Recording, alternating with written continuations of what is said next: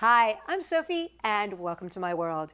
Today I'm going to teach you how to take a plastic fork and turn it into the cutest little pom-pom you ever did see. I'm going to show you how to make it right now.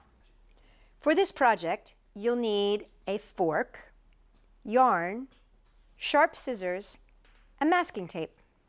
You're going to take a piece of yarn and hold it at the bottom of the fork and thread it up and through the middle tines right there, and then snip it off and take a small piece of masking tape and wrap it around just to keep your just to keep your yarn in place. So I'm just going to wrap that around like that.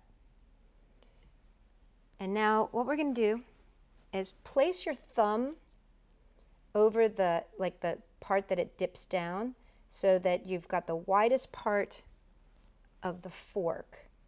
And you want to just hold this with your finger at the widest part of the fork, and then you want to start wrapping. And you want to keep wrapping and wrapping and wrapping. And you're going to wrap it about like 50, 60 times. You want to just keep going around and around and around and around and around. Now try not to head up into the narrow part of the tines. It's okay if you get about to there, but where it starts to get really narrow, you don't want to do that. You want to just keep winding right basically where your thumb is, right in that area, right where that thumb is. And you want to make sure that you're not creeping into the smaller area. You just want to keep going. And you want to just keep wrapping and wrapping and wrapping, and the main part of it is sticking right in here, in that main center area by your thumb. And just keep going. And I know this seems like a lot of yarn, but you want a lot of yarn, because that's what makes it nice and chubby. I'm just going to cut that there and smush it together here. Then release that tape, take that off, and pull up the red string through those tines again. And you just want to pull this all together. So you want to pull it really, really tight. Really, really tight. As tight as you can go. And then you want to tie it off a second time. Now if you've got somebody and you can have them put their finger there, that's awesome, because then you can make sure that you get it really tight. The tight center is the most important thing. And if it slips a little bit, you try to just get it really in there, get it really tight. And then just plop it off, and then take your scissors and start cutting the loops. Now this is the sign of a good pom-pom, is when you've got it so that it kind of almost makes like a little ball or a little flower. Now one thing as you're doing this, be very careful that you do not cut the red thread. And that's why I used a different colored thread, so that I could see it as I'm cutting my loops here.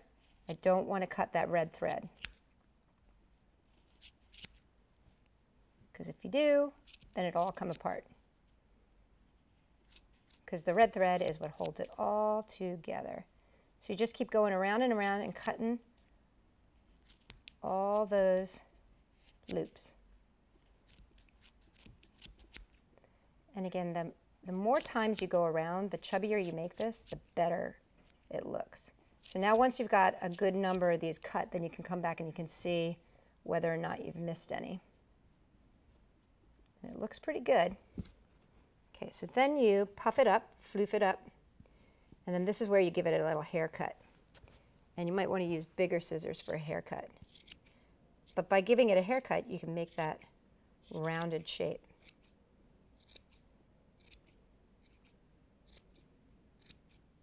So you're making a sphere.